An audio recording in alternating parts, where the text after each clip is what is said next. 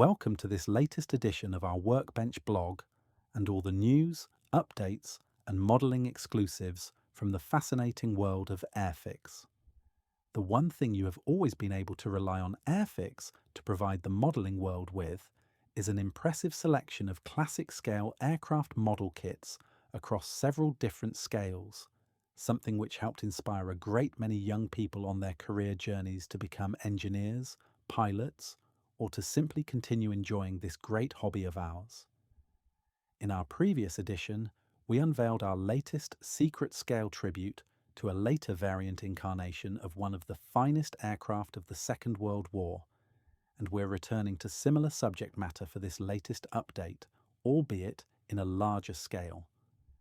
Regarded as arguably the most famous aircraft in the history of flight, but unquestionably the highest profile design to come from the British aviation industry, the Supermarine Spitfire served throughout the Second World War and beyond, with ever more examples undergoing restoration to airworthy condition, such is the enduring fascination with this aircraft.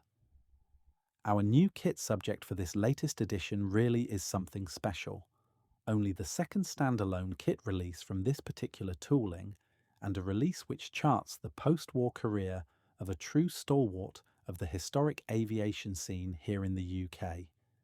This kit presents the same aircraft in 3 different scheme guises spanning almost 70 years of flying.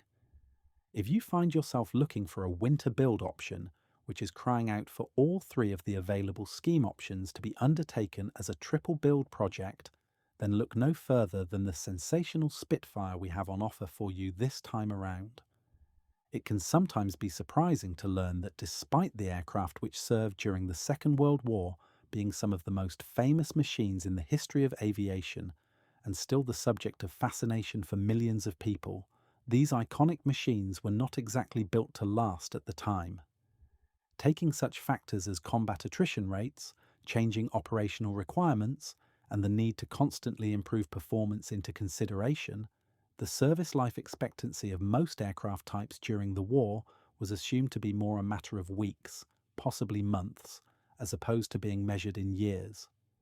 For that reason, the service longevity of their impressive new fighter would not have been the highest of their priorities when the Vickers Supermarine project team watched with some trepidation when Chief Test Pilot Joseph "Mutt" Summers lifted Spitfire prototype K5054 off from the grass airstrip at Eastleigh Aerodrome and into the air on the 5th of March 1936 for the first time.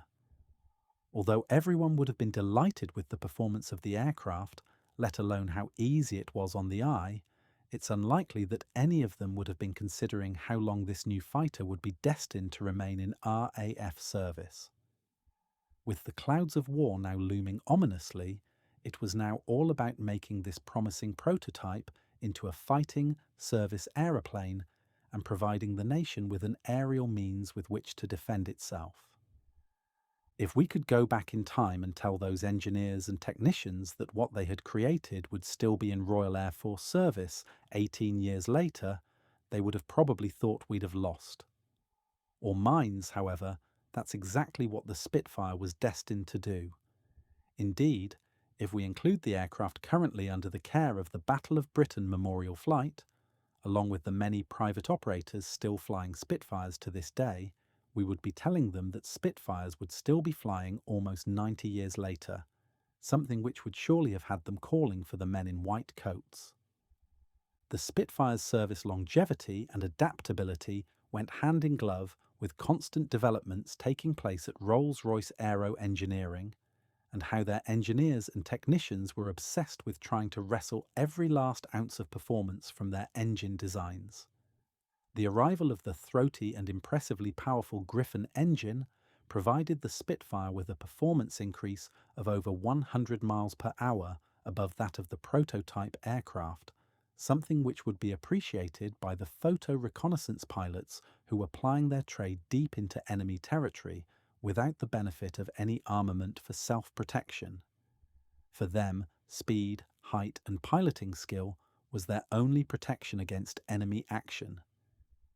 As the Second World War progressed, The need for regular and reliable aerial reconnaissance imagery turned this kind of flying into something of an art form, with an impressive network of support operations behind it. Prior to the use of Spitfires in this role, larger aircraft types had been carrying out these dangerous missions from the very first days of the war with mixed results, with it quickly becoming apparent that the two most crucial factors in establishing an effective photo reconnaissance service were speed and altitude. Specialist training and dedicated support would also be required if the imagery obtained was to be used to its fullest potential, but the RAF simply didn't have the aircraft or infrastructure in place during those early stages of the Second World War. To make matters worse, the Germans knew exactly what these aircraft and their brave crews were attempting to achieve, and were equally determined to prevent them from returning home with the valuable imagery they had been sent to obtain, modifying their own aircraft to make them even more effective as photo reconnaissance aircraft hunters.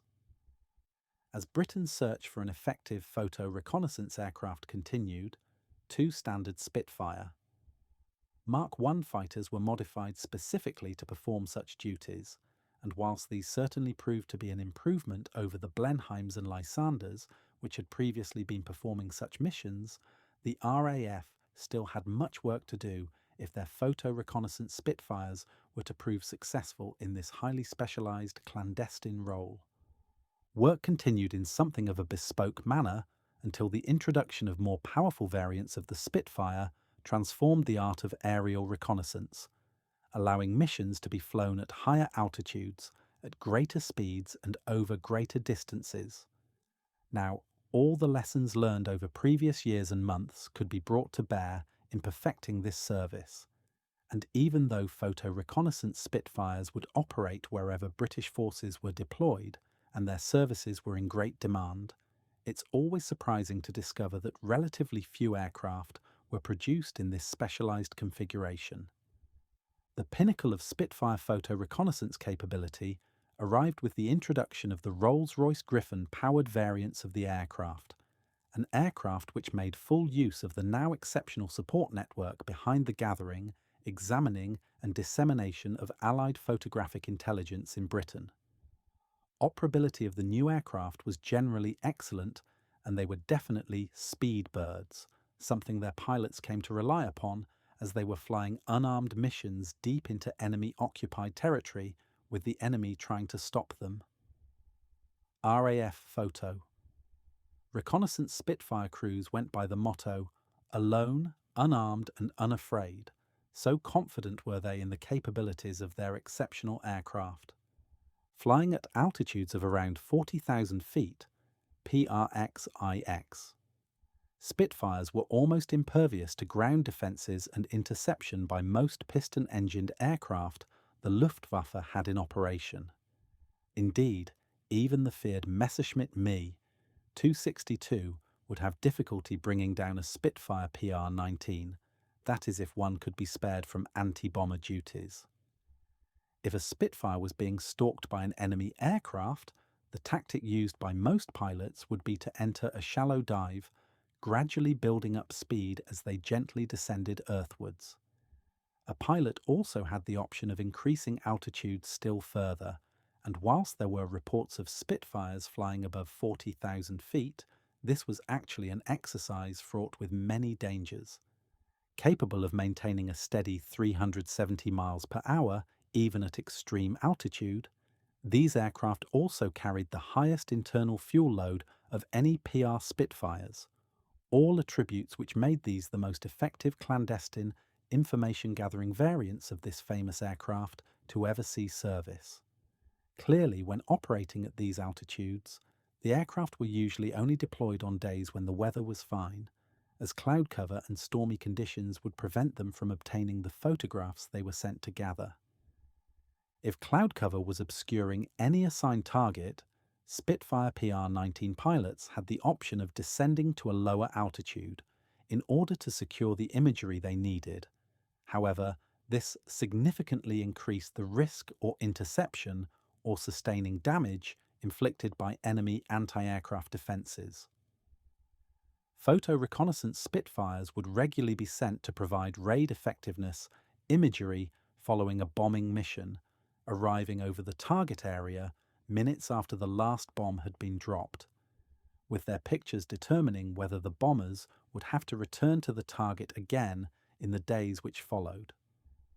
So effective were these aircraft in carrying out this specialist role that they would continue to perform these duties in the years which followed the end of the Second World War, not only being regarded as some of the fastest Spitfires in RAF service, but also some of the last.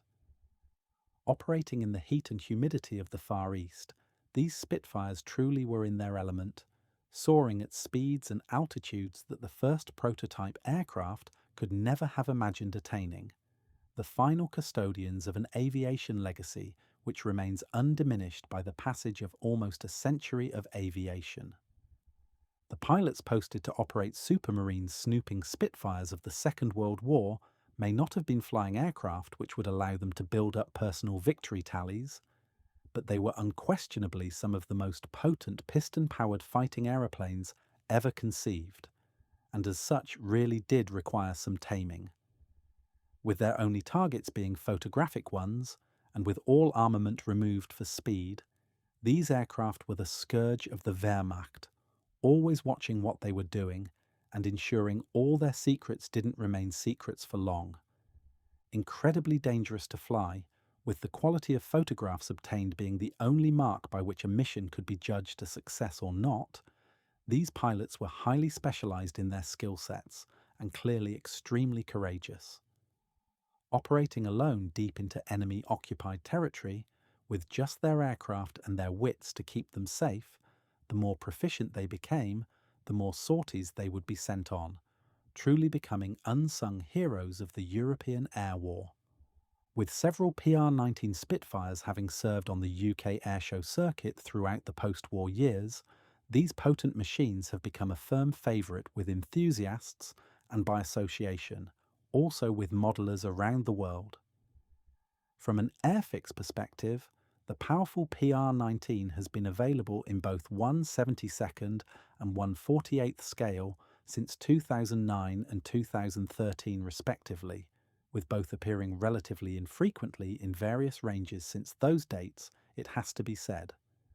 Although every modeler will certainly have their own opinion on this subject, but when it comes to the modelling and display of single-engined piston-powered fighters from the Second World War, my personal preference is definitely for kits in 1/48th scale. If you ever have the opportunity to get up close to aircraft from this era, they're all about brute power, huge engines driving massive propellers, and they look quite magnificent. Although 1/72nd scale will always be the traditional modeller's scale, the larger 1/48th scale kits certainly lends itself to the power, muscle and majesty of a piston-powered fighter, creating a much more appropriate representation of the power of your subject aircraft, in the opinion of many. If you're looking for a subject with which to underline such a bold statement, the 1/48th scale Spitfire PR-19 fits that bill perfectly. Beautiful to look at in any scale from 1:1 downwards, but spectacularly represented in our display cabinets in this slightly larger scale. Anyone who has ever seen a Griffon-powered Spitfire displaying at an air show will attest to the fact that these aircraft look and sound very different to Merlin engine-powered variants. Where Merlin Spitfires are refined, almost cultured, their Griffon counterparts seem hell-bent on warning you not to mess with them, like some aviation horse of the apocalypse. When a Griffon-powered Spitfire is in your vicinity, it positively demands that you keep your gaze firmly in its direction. With over 20,000 Spitfires built across numerous different marques, a collection of built models in 1/48th scale not only allows for their power and presence to be represented in a more visually appealing manner, but also allows the modeler to chart the aircraft's incredible development through the medium of modelling in a really impactful way. With that being said, and my modelling colours now pinned firmly to the 1/48th scale mast, this brings us on to the subject of this week's new release update, an aircraft type which was almost made to be replicated in 1/48th scale. The Spitfire PR-19 is a brute of an aeroplane, one which underlines just how impressive the Spitfire's airframe was when it comes to its development potential. Aircraft which were asked to perform a particularly demanding role during the latter stages of the Second World War and proved capable enough to remain in service during the immediate post-war years, these photo-reconnaissance Spitfires also played a prominent role in helping to establish the airshow scene here in the UK, something we're about to discover. Workbench readers will be only too aware that we love a good story relating to one of our releases within these updates. But have we got something special for you this time around? For this first release from our 1/48th scale Spitfire PR-19 in many a year, we have 3 fascinating scheme options included in the kit, each one a different presentation of the same aircraft from within its post-war flying career. Significantly, this magnificent aircraft is still thrilling airshow fans with powerful displays to this day. A fine airworthy example of a photo-reconnaissance Spitfire from the latter stages of World War II. Which one of the 3 schemes to choose? Well, that's going to need some serious thinking about and a little time setting aside for contemplation. With the retirement of the last former RAF Spitfire PR-19 aircraft operated by the Temperature and Humidity Flight at RAF Woodvale in July 1957, their aircraft were allocated to the recently formed Historic Aircraft Flight and flown to RAF Biggin Hill. Spitfire PS-853 was one of the 3, essentially forming the nucleus of what we now know as the Battle of Britain Memorial Flight, but not without creating something of a story first. Despite arriving at Biggin Hill with the other 2 former THUM PRXIX Spitfires, PS-853 was actually deemed surplus to requirements the following year and subsequently flown to the Central Fighter Establishment at West Raynham, where she was allocated for possible use as a base gate guardian. Despite being struck off charge on 1st May 1958, the aircraft never took up that ceremonial post and instead managed to keep on flying, later still being sent for overhaul at RAF St Athan. When she returned to the Central Fighter Establishment, they had moved to RAF Binbrook. However, once there, she was brought back on charge. This is important to the next part of this aircraft's incredible history, but was linked to events taking place on the other side of the world.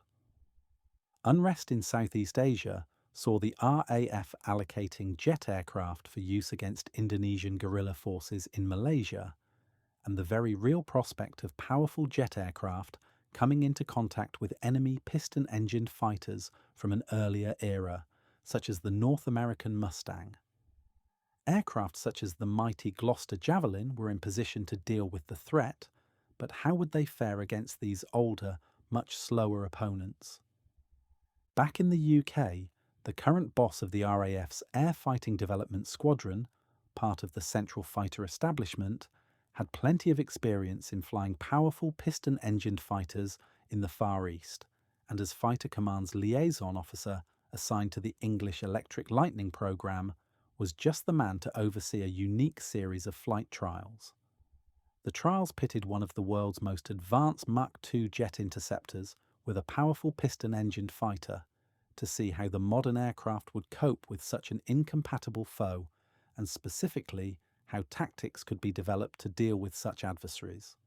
Spitfire PR 19PS 853 was flown in mock combat trials with 2 new Lightning F.3 aircraft delivered to the Central Fighter Establishment for evaluation and trials purposes, something very few people in the Royal Air Force could have contemplated at that time. With the Gloucester Javelins already in theatre destined to come into contact with the Indonesian Mustangs, it's open to debate as to how seriously the prospect of Lightnings being used in any Far East conflict was being contemplated at that time. But what isn't up for debate is the fact that Spitfire PS-853 was flown in combat trials against English Electric Lightnings. It will come as no surprise whatsoever to discover that the Spitfire did rather well against the Lightnings, with the fact that it was around 1,000 miles per hour slower than the F-3 being exploited as a definite combat advantage. The Spitfire offered little in the way of a lock-on signature when it came to using the Lightning's missiles, and the high closing speed of the Lightning left absolutely no room for error for the attacking jet's pilot. If they slowed down to better target the Spitfire, they were playing right into its hands, and had the PR-19 been equipped with guns, it was an unarmed reconnaissance variant, this is the scenario when it would bring them to bear. Essentially, whilst there was a huge gulf in aviation technology and capability between the two aircraft, this mismatch actually worked in favour of the older, slower, piston-powered aircraft, unless the cutting-edge Lightning could unleash a well-aimed cannon strike, but that would have to be one of the earlier variants still in RAF service, as the F.3 variant omitted the inclusion of guns. A fascinating footnote in the service history of the Spitfire, it appears that these trials were undertaken after the other Lightning development work for the day had been completed, and very much on an unofficial basis. The accurate dating of these Spitfire versus Lightning trials has also been the subject of some conjecture over the years. However, those in the know report the Lightnings as arriving at Binbrook on the 1st and 15th January 1964, and Spitfire PS 853 as being sent back to the historic flight, which was now at RAF Coltishall, by April that same year. That means that the window of opportunity for these mock combat trials to have taken place was between those dates, just a few short weeks in early 1964. Thankfully, the latest RAF jets were not required to engage in combat with Indonesian Air Force Mustangs, as a settlement to the disagreement was negotiated and conflict avoided. That being said though, how attractive does this stunning camouflaged PR Spitfire look? Prior to its use in the unusual mock Lightning combat trials at Binbrook and being assigned to the historic aircraft flight/historic flight, Spitfire, PR, 19 PS 853 was one of the aircraft used by the Meteorological Temperature and Humidity Flight, a tasking which was usually assigned to older aircraft types in Royal Air Force inventory. The RAF had been conducting these research flights since the mid-1920s, with aircraft gathering information to enable detailed forecasts to be produced and shared across the force, with this requirement increasing dramatically in number during the wartime years. Following the end of World War II, these THUM flights returned to just a single daily sortie, usually flown by a Mosquito from one of the Westmoreland Mosquito squadrons. From April 1951, the responsibility for undertaking these meteorological flights was contracted out to Short Brothers and Harland, even though they were supplied with a collection of former RAF aircraft. This decision was taken to enable the gathering of this useful information to continue, whilst removing the responsibility from operational RAF squadrons, something which appeared to work rather well, whilst at the same time creating a fascinating new unit for enthusiasts to discover. Although formed at RAF Houghton Park near Liverpool, it would soon move to a more permanent home at the nearby airfield at RAF Woodvale on the Sefton coast near Southport, with the Supermarine Spitfire PR-19 being seen as the ideal aircraft to undertake this specialist work.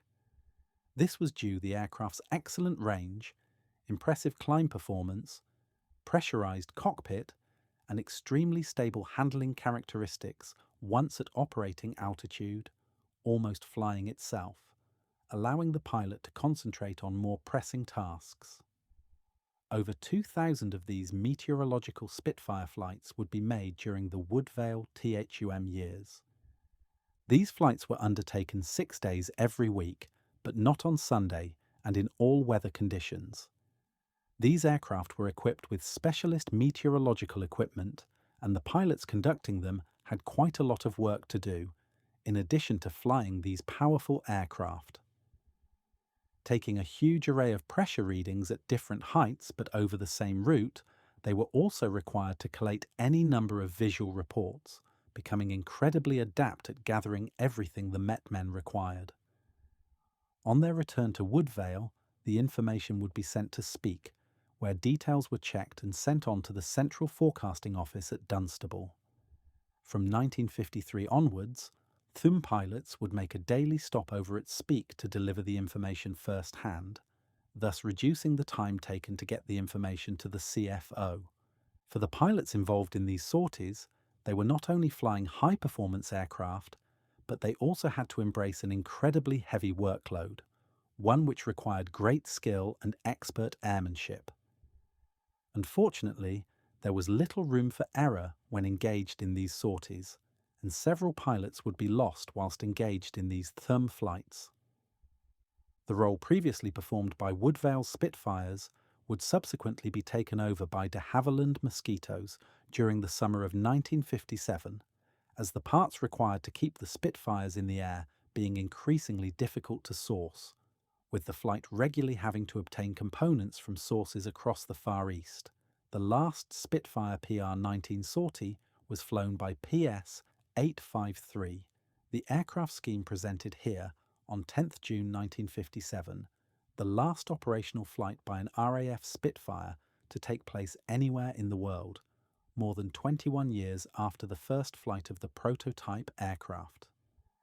With their much-loved Spitfires now scheduled to be retired, officials at Woodvale arranged for an air display to take place at the airfield in June 1957, both to bid their Spitfires farewell, but also to introduce the public to their new Mosquitoes. Unfortunately, all three Spitfires proved temperamental on the day of the event itself, and didn't really give a good account of themselves, almost appearing to have something of a thumb tantrum. One refused to start. One landed with radio trouble after a single circuit, which just left PS 853.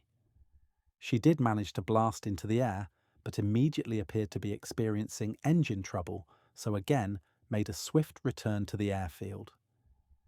Making something of a heavy landing, one of the aircraft's main undercarriage legs found a rabbit hole or divot in the grass at the end of its landing run, causing the propeller to hit the ground.